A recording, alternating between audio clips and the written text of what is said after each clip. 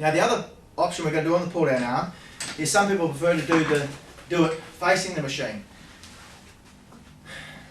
Now facing the machine isn't really an effective way to actually train the lats and back. That's not what this machine's designed for. But that being said, when you do face the front of the machine, it tends to hit the front thickness of the lat. So if you can imagine in this muscle here, the lat muscle has got a certain amount of thickness to it. We've got the back thickness, and we've got the forward thickness of it. So what this does is, because the weight is more out front of us, so pulling down more in front of us, it forces, you're not really squeezing more of the back muscles here, you're squeezing just the under armpit area, the thick bit, okay, under there.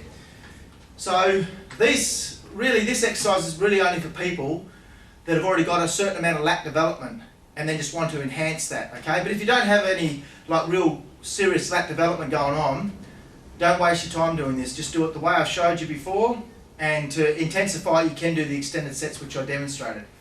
So this is more for advanced trainers. Now what I like to do sometimes, or what I do like to do, is I either use the preacher curl pad or I'll use the rowing pad so I can rest my back up against it, okay?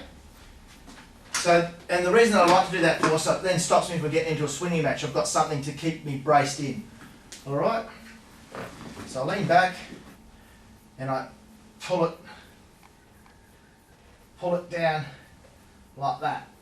Okay? And all that's doing is pushing more of the emphasis to the front of the lat. And on this movement too, you don't go down for a full range of motion like that. You only pull it partial. Concentrating on keeping, and that's how you do it, nice and slow. Keeping the tension on the front wall of the lat. Okay? Now, if you want to work, we talked about the front thickness of the lat. Now you want to work the back thickness of the lat. Now to do that, we do the same thing. And like I said, you can do this wide or close, but then we do this, we simulate this movement. We just lean a bit more forward, and we do that. Okay?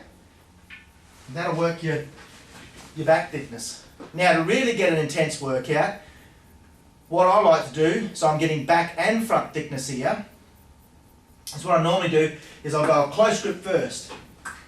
I'll put the weight on there and I'll try and get about 10 reps just getting the front wall thickness. And I squeeze it just there, partial, keeping the tension on the front part of the lat.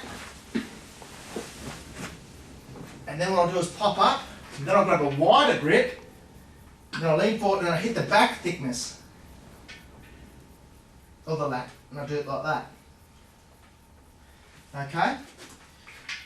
The reason that I go wider on when I'm doing it more for back thickness is because when you're pulling to the back, if you had it here, as you can see, you've only got a very short range of motion. You need to get it wider to open up the scapula so you can really squeeze it back. So when you're doing all that, always remember that for the back lat thickness is to do it wider, and for the front lat thickness, do it front. And like I said, you can do a combination, which I just did. So and that's the way I prefer to do it. So normally what I do is, if it was on a normal workout day and I was working out on this system, I normally start out with my normal lat pull downs, okay, wide grip, and then I'll go and do some seated rows, and then I'll follow that up with the front to back thickness for about 3 sets. And your rep range on all the exercises I keep between 10 and 12. And there we are, there's some effective lat training tips on the multi-system.